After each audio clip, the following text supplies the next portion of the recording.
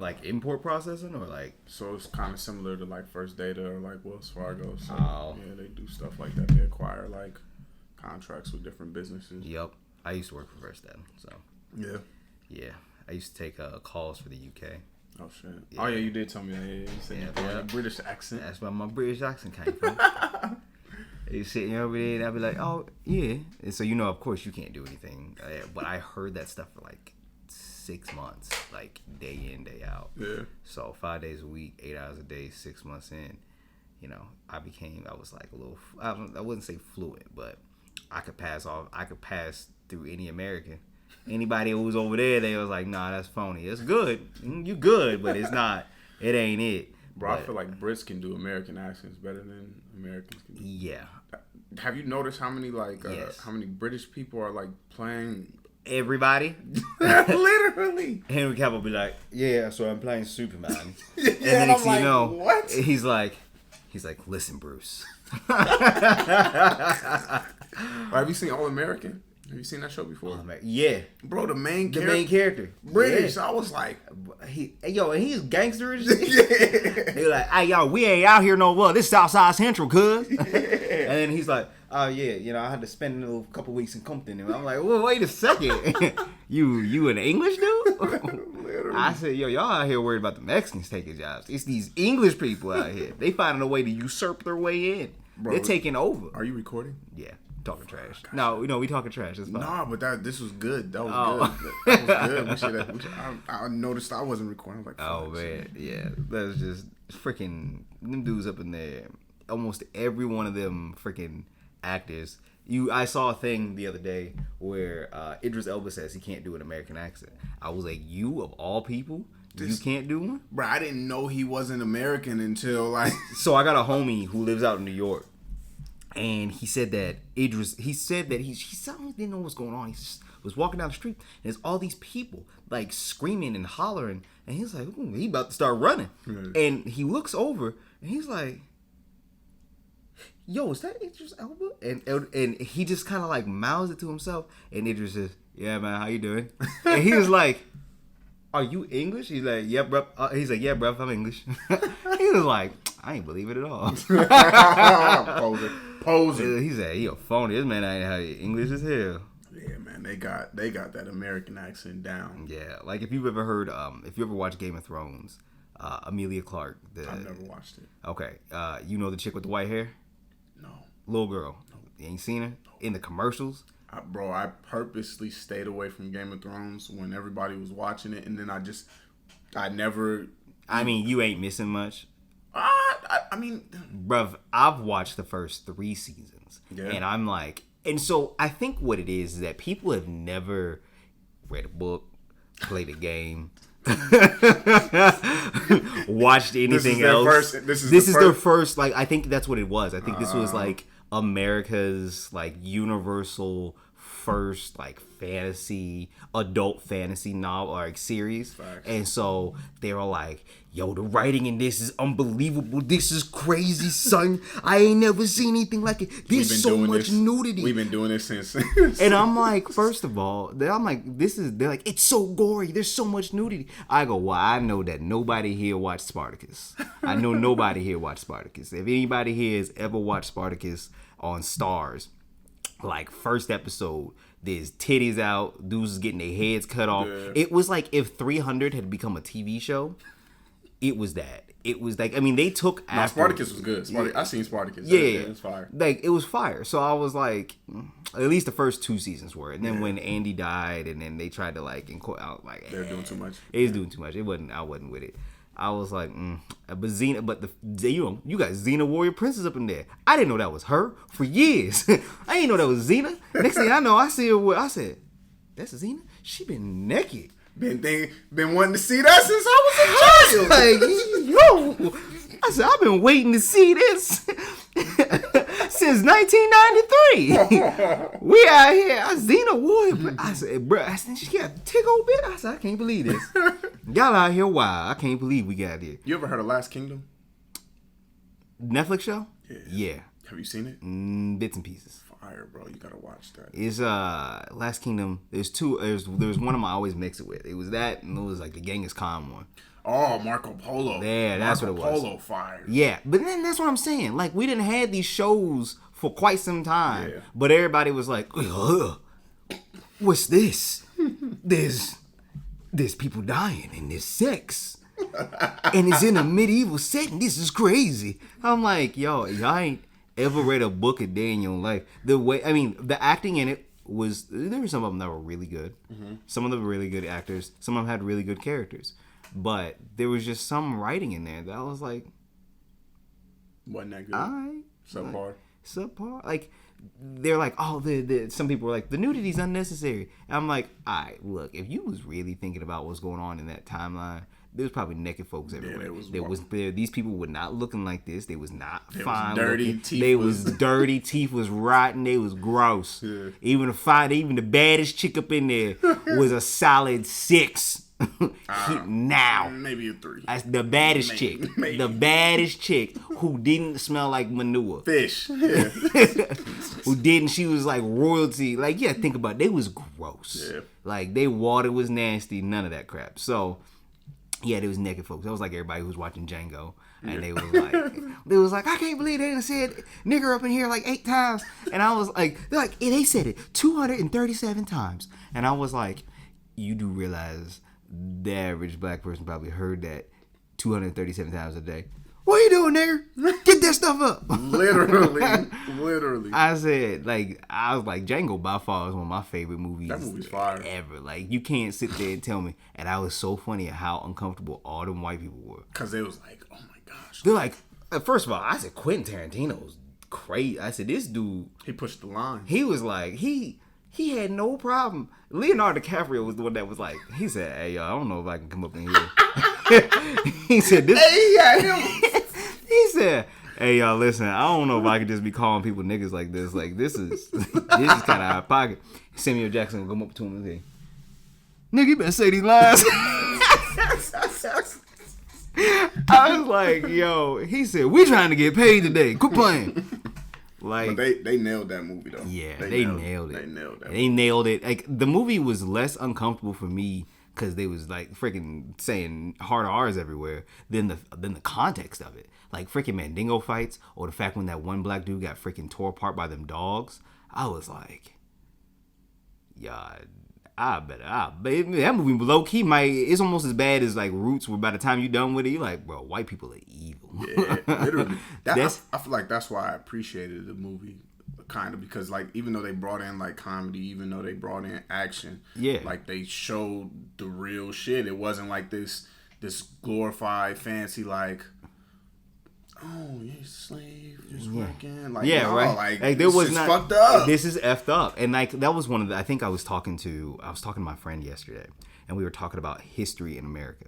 And we were like, yo, and we were talking about like just worldwide history too. But we were talking about history in America. We were saying that you don't know squat about the history in America. Like, we, as the American people, don't know anything about history in America. Like, to the point where how many people knew before Hidden Figures came out that there was 3 black women who had a role in getting the astronauts out in space? Swept under the rug. I never knew about it. Didn't know about it to the point where, like, there were people who watched it, who watched the launch, who came to see that movie because they were like, we didn't know. And there's these old people, these old white people were like, they were upset. They're like, I can't believe that they hid this from us. Mm-hmm. They're like, because they hid it. It wasn't like they just didn't talk about it. She said they hid it. And it was multiple. It wasn't just one person who said that. It was multiple people who came out and were like, I can't believe they hid this from us. This is amazing. Like, these women are inspirational. Like, I was like, but there's just, it's America. Like, you know, we were taught in school that Christopher Columbus sailed the world in 1492 to find America. And then he came over here. And then you find out, like, as you get older, it just starts, like, trickling in more and more that Christopher Columbus was actually just a terrorist. Like, yeah, and did you know Christopher Columbus's navigator was a Moor, which is a black He's a black Spaniard. Yeah. Yeah. So I'm saying the black Spaniards, they knew how to traverse the seas, and so they had to get them because we was already here. Yeah. We was already over here. We had already been here. We already made the treks. There was already and that's the other thing too, is that they talk about like black people had never been here before. Like there's nobody really knows what was going on over here. Like there's evidence that there's people who were in different places of the world that should never have been. Like Australia. Are the Aboriginals in Australia? I don't know if I was watching something on Discovery Channel, and they were talking about like ancient conspiracies. It wasn't ancient aliens, but it was something adjacent to it. Like I know it was. Yeah. But they were talking about like, I think certain people were not supposed to be basically in this part of the world. Like it was like India, right? And there were certain group of people that should never have stepped foot inside India. Like there was geologically, they had no way of getting there. Yeah. But there was evidence of this civilization or of this group of people being in India. And they're like, how? How could they have gotten there? Like it doesn't make any sense based off of what we know. Yeah. That doesn't match up. Like they shouldn't have been able to get there. Which then all that tells me is y'all don't know squat. There's no telling who actually managed to get to certain places. That's like Afro Samurai is based off of the first, extremely loosely based. And the only things that they hold similarities is that there's a black man in Japan. But it's based off of the first black samurai, which was an African dude who traveled to Japan and basically became a samurai at some point. Now, he ain't supposed to be. He's the only one. There's no way that the black dude's just getting that. This African man just gets to Japan. Like that's not a thing. No. So imagine that. Like there's a guy I work with. He says that his people are from Mexico, but there's this little pocket of Mexico that's just all these black Mexicans. Bro, there's a lot. But he says nobody knows where they came from. He said they know they were there, and that's all that's there. It's just this small little group of black Mexicans. Like that's it. Watch this, because the questions that you just posed, like those are questions that I used to ask all the time. But I realized something, bro, and that question is one that's programmed in us. Like how? Like this is not normal. Why isn't that normal? Why is it normal now when America's able to just make travel, like we can just travel to space or we can send rockets up to space? You know, all these different things. It's like, oh yeah, you know, we got money, we got the technology, we got the scientists, we can do all of these things. Right. Think nothing of it, right? Elon Musk sends a rover onto Mars. Makes sense. Elon Musk is a smart man. He has affluence, he has money, he can make it happen. Right. But when we think about black people being in different parts of the world back in the day, like way back, it's like, how were they able to do this? Right. How? And you know, like when we put it into that context, it's like, it's almost like y'all niggas are stupid. Like, how were y'all able to do this? You know, how were y'all able to have like these like ancient aliens? How were y'all able to build these pyramids up to the sky and put these stones here? Y'all don't have this technology. We were the ones who had this technology. I mean, but then it's like nobody had the technology. They're like, so then that becomes that, how are you the anomaly? How is this group of individuals the anomaly? How is it that nobody in the world around this time had this technology? But that's not true. But it's not. That's the thing, though. And that's what we find out more and more year after year. Something pops up and they're like, science and archaeology has changed something. We found this civilization that was buried underneath the ground for the last 7,000 years. And we found out that we were not the first people on the planet. Like, they find some stuff out. What it is that they only have a finite amount of information. Right? They have a finite amount of information. It's never the whole picture. Yeah. They're like, all right, here's the picture of what we got. But the problem is that it's not the whole picture. So they deduce, well, this is what the picture is. We've made a picture out of the things that we have. So obviously this is what it was. And as time continues to go on, they keep finding out more pieces of this picture. And they're like, well, now we've got to rechange this entire photo because there's more pieces now. We know that there's more to it. So now they're putting it all back together. And so it's like, maybe we weren't the anomaly. Maybe that these people did have this technology. Maybe that there is something that we are missing. There has to be. I mean, there's evidence throughout. Ancient Aliens, while is a goofy show at times, I think that there is some deep-rooted truth to the fact that we're missing something. Whether you and they, now they'll use that it's aliens, they'll say it's something else, but no matter what the case is, there's a piece of information that is missing. We don't have it, and so we make assumptions. So then when all of a sudden we find an anomaly, they're like, how? Like Ancient Aliens has this episode where they show like this civilization where they got like they have like paintings on the wall. There's freaking dinosaurs. It's people riding dinosaurs, and they go, what the hell do they know about dinosaurs? Why do they know what dinosaurs look like? Dinosaurs didn't exist now. This is the Mayans or somebody like that. They're like, how would they know what dinosaurs look like? How would they be able to articulate what a dinosaur is, what it looks like, the scale of which, like where they getting this information? So I go, maybe there was dinosaurs. Maybe there was something that was dinosaur-like. Yeah. But then that goes against what they know as science. But science is changing all the time. You find out studies wasn't really the same studies, or people was lying, or they was making stuff up all the freaking time. Like this last one that I'm thinking of, and then we can actually get started with the real episode. There's a guy on YouTube. His name is Wendigoon. And I don't know if you've ever seen his stuff. He talks about like the iceberg, like basically like stuff that is, here's the surface level of stuff. Here's when crazy stuff gets real freaking crazy. Right. So he talks about there's this guy, and I could not tell you what his name is to save my life or where he met, but there was some white guy, probably from England or Spain or something like that, and he met this group of people inside this city, and he basically befriends this group, right? And this group begins to bring him out these treasures, what they see. Like they were like, hey, we brought you a gift, and it was this golden disc of some kind or something like that. And he was like, yo, what the fudge is this? Like this shouldn't exist over here. How the hell did y'all get this over here? So then they're like, oh, he likes that. Well, let's go get him some of the other stuff. So then they start bringing him all these statues of these things, and he's like, yo, where are you guys getting this? Like, this should not exist over here. And he's some anthropological or anthropology guy and some geologist or whatever. And so he writes all this stuff up. I'll have to look up who it actually is.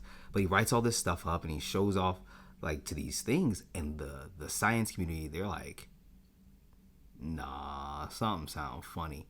And so they, some of the stuff they had like was like plated gold. Like it wasn't like real, but other stuff was. And so he had to, when he moved all his treasures into this area, he was like, he had to have guard on it all the time because he was afraid that somebody was going to come steal the stuff because it went against what they knew at the time. Mm-hmm. And so he's like, nah, this is dangerous. This is dangerous information out there because this goes against what certain information is. And that's kind of what my theory is for a lot of stuff. There's a lot of things that we don't know about here and in just across the world. That there's a lot of things, like even in our own United States, CRT, we don't. Critical race theory. Critical race theory. I've listened to somebody explain what critical race theory is.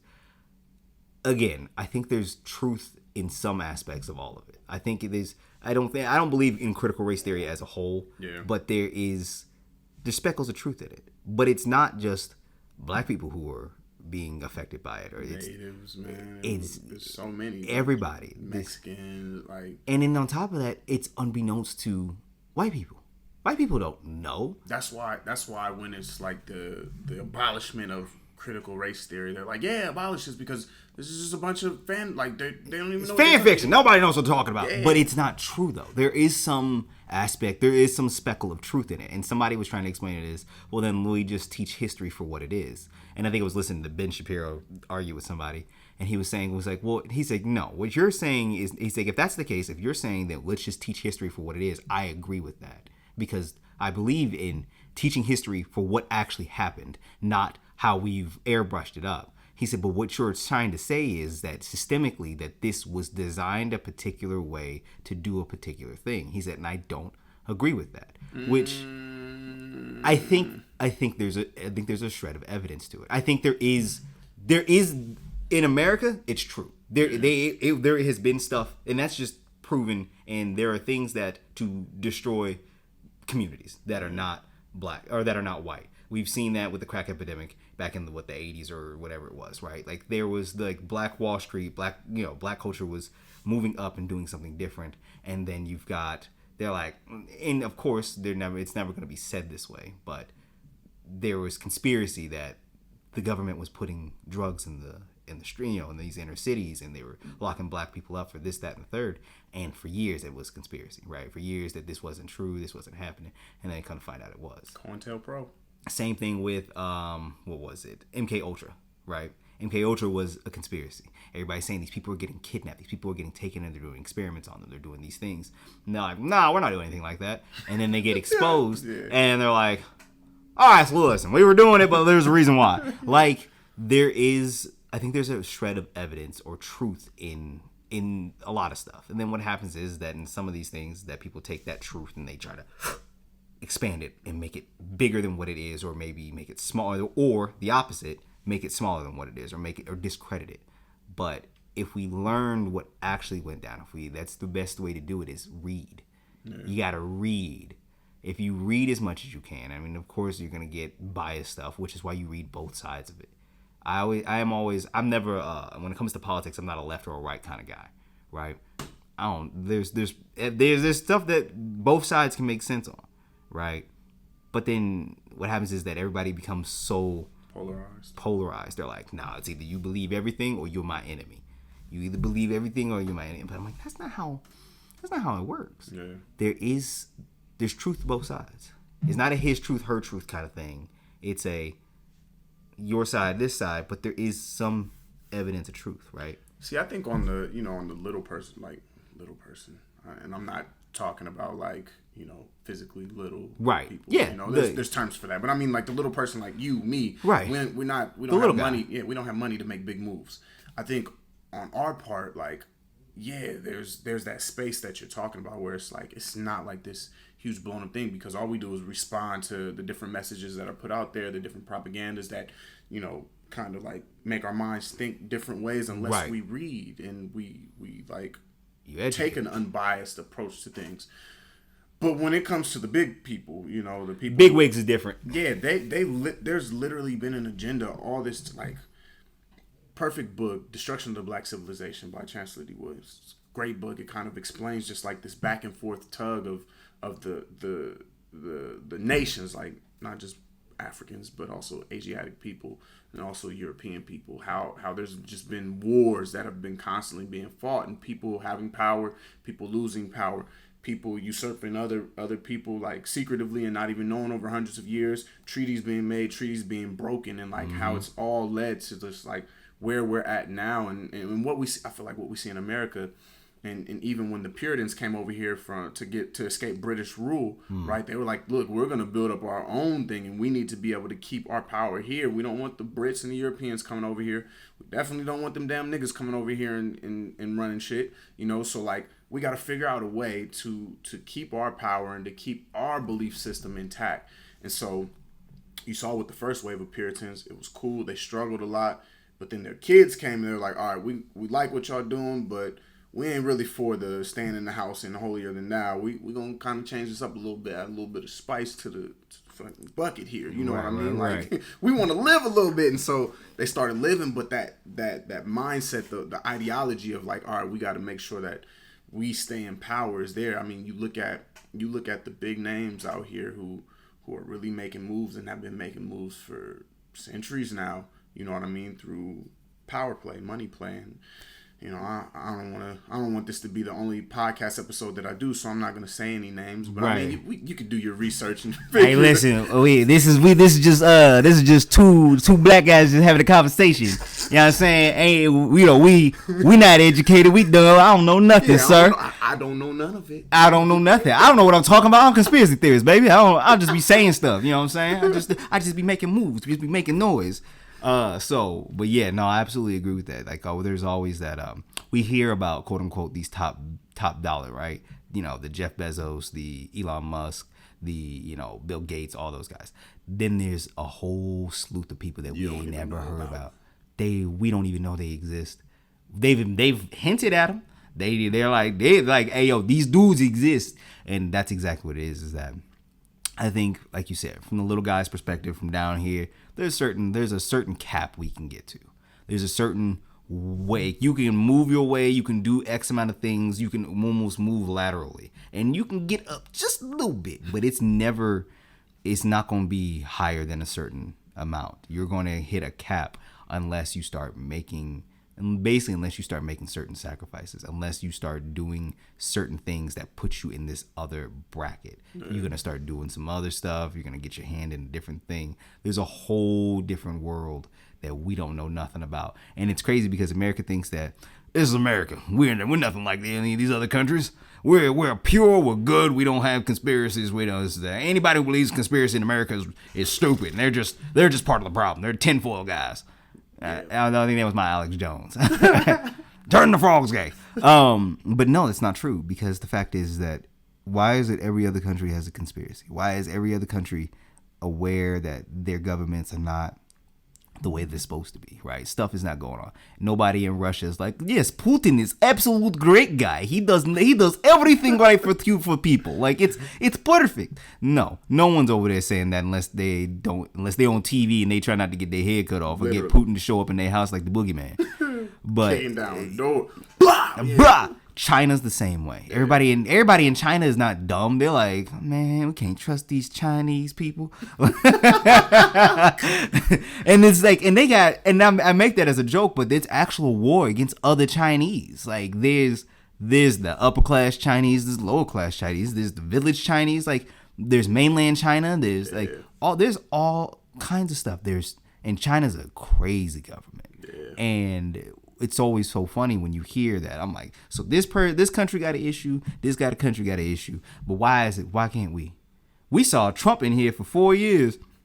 This man literally would sit there and say crazy crap on TV day in and day out, and then everybody was like, listen, we understand what he said.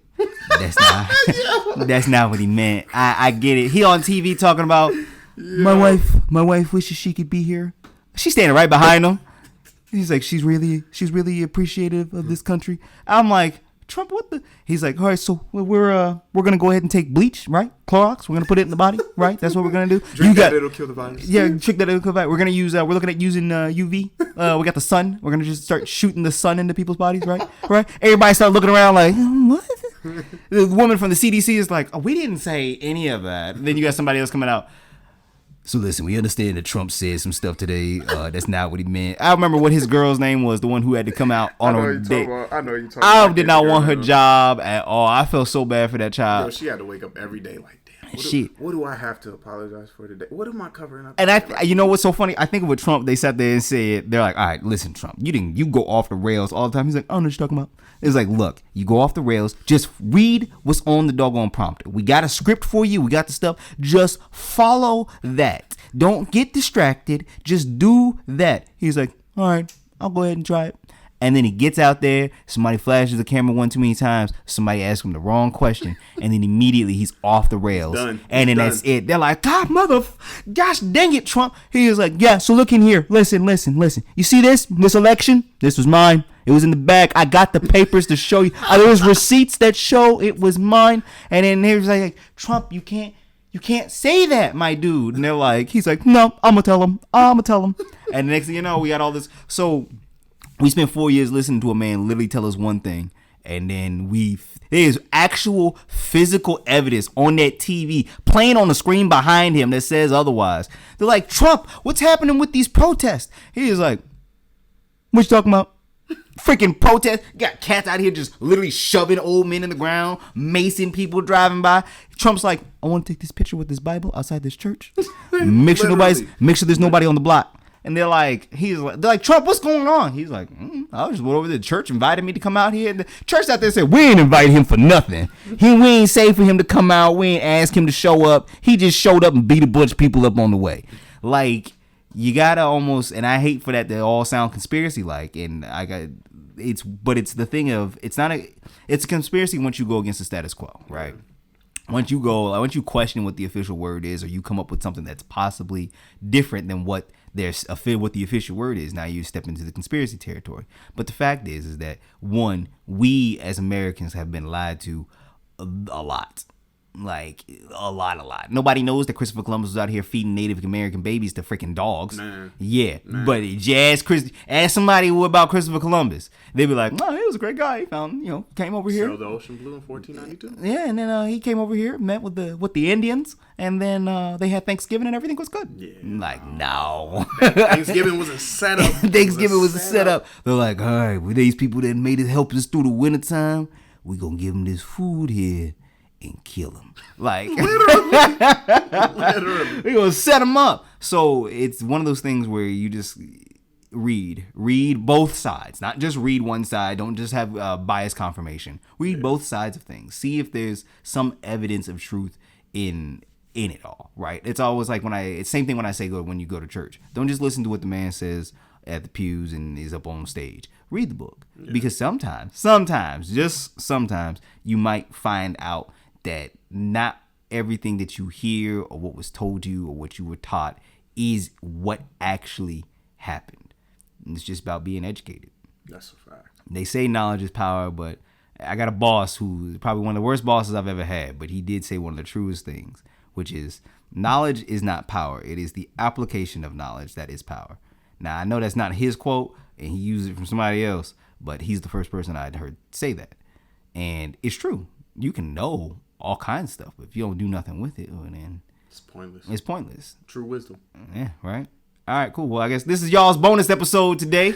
We were just talking trash and just conversation. So, click on one of the other actual episodes. I think this is episode 2, or this will go before episode 2 or 3 or whatever the case is. So, thanks for watching, y'all. Facts.